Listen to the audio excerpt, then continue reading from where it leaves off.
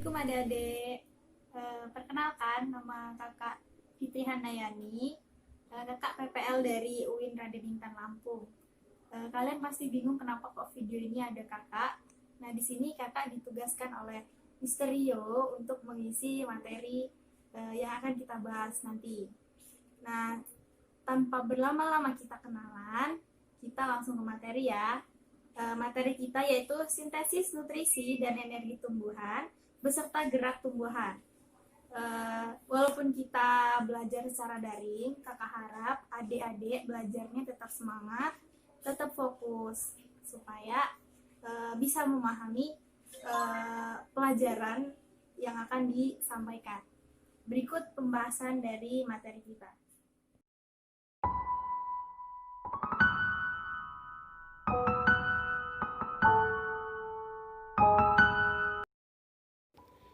Yang pertama yaitu penyerapan air dan ulur hara. Peristiwa yang terjadi di penyerapan air yaitu akar dan rambut akar menyerap air dari tanah.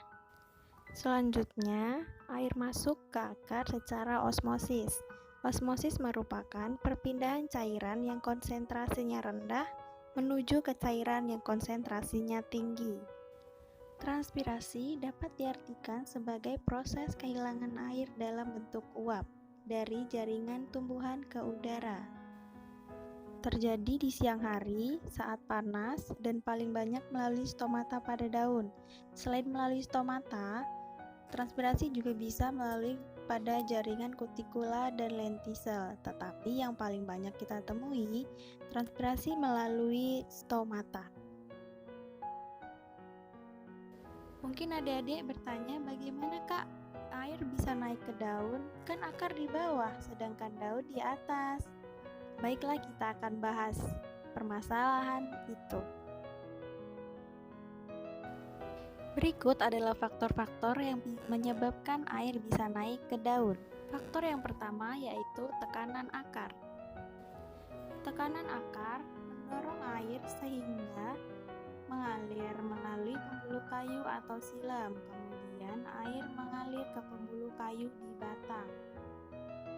Faktor yang kedua yaitu sifat kapilaritas pembuluh kayu. Pembuluh kayu pada tumbuhan terdiri dari pipa-pipa kapiler sehingga mengalami kapilaritas.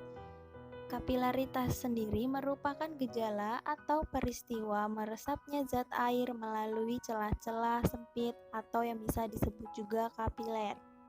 Yang selanjutnya yaitu daya isap daun. Daya isap daun merupakan kemampuan daun untuk menyerap air dari jaringan yang ada di bawahnya, yaitu batang. Berikut ada gambar percobaan sederhana yang sering dilakukan untuk mengidentifikasi atau membuktikan daya isap daun.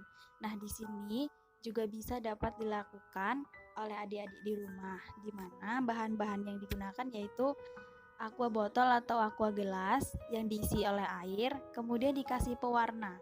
Terserah mau pakai pewarna apa aja. Kemudian kita menggunakan tanaman.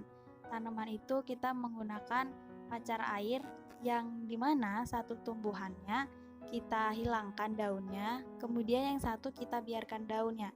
Kemudian kita masukkan masing-masing satu di botol yang sudah kita isi air tadi dan kita tunggu beberapa saat. Nah, kita akan amati dari warna yang naik dari batang tersebut. Selamat mencoba. Yang selanjutnya yaitu fotosintesis. Fotosintesis terjadi pada jaringan bunga karang pada daun. Keduanya merupakan jaringan mesofil. Nah, jaringan Palisade ini jaringan yang memiliki paling banyak kloroplasnya. Kalau jaringan bunga karang memiliki bentuk yang berongga-rongga sehingga mudah dilalui oleh karbon dioksida. Nah, kemudian di sini ada gambar kloroplas dan bagian-bagiannya, di mana ada membran dalam, membran luar, ada tilakoid, stroma. Nah, tumbuhan dalam mendapatkan nutrisi sendiri melakukan fotosintesis, di mana tumbuhan menyerap karbon dioksida di atmosfer kemudian ditambah dengan air yang kemudian dibantu oleh energi sinar matahari, di mana fotosintesis ini dilakukan di kloroplas.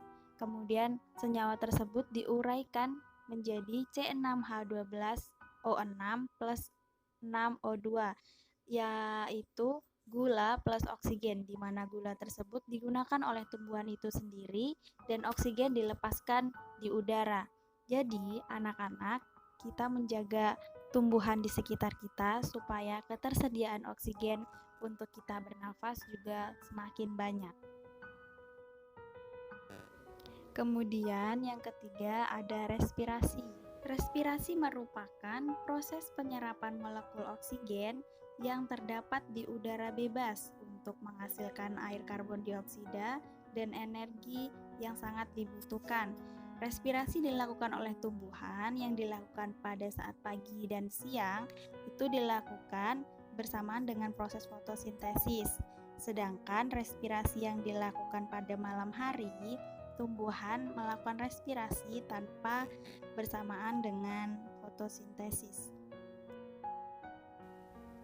Nah, yang keempat ada gerak pada tumbuhan.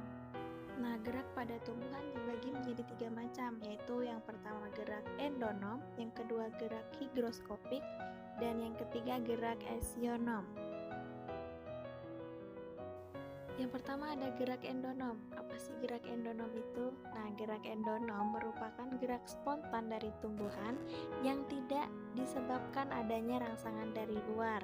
Contohnya itu ada gerakan aliran sitoplasma pada tanaman air Hydrilla verticillata. Namun gerakan ini hanya bisa dilihat dari mikroskop saja. Gerak yang kedua yaitu gerak higroskopis, gerak bagian tubuh tumbuhan karena pengaruh perubahan kadar air di dalam sel, sehingga terjadi pengerutan yang tidak merata. Gerak higroskopis merupakan gerak bagian-bagian tanaman yang tidak hidup lagi, contohnya pada bagian polong-polongan atau petai Cina. Hal ini disebabkan karena berkurangnya air pada kulit buah, dan kulit buah menjadi kering, retak, dan akhirnya pecah. Gerak yang terakhir yaitu gerak esionom, merupakan gerak yang disebabkan adanya rangsangan dari luar. Gerak esionom sendiri dibagi menjadi beberapa gerak yaitu nasti. Gerak-gerak yang termasuk gerak nasti pada tumbuhan yaitu ada gerak tigmonasti, niktinasti, fotonasti, hidronasti, dan nasti kompleks. Yang kedua ada tropisme. Tropisme merupakan gerak pada tumbuhan yang arah geraknya dipengaruhi oleh arah datangnya rangsangan. Macam-macam gerak yang termasuk gerak tropisme pada tumbuhan yaitu tigmotropisme, geotropisme positif, geotropisme negatif, fototropisme, kemotropisme, dan hidrotropisme.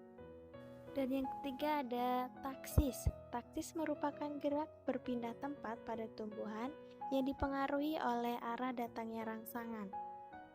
Nah, berdasarkan jenis rangsangannya, gerak taksis dibedakan menjadi 2, yaitu fototaksis dan kemotaksis.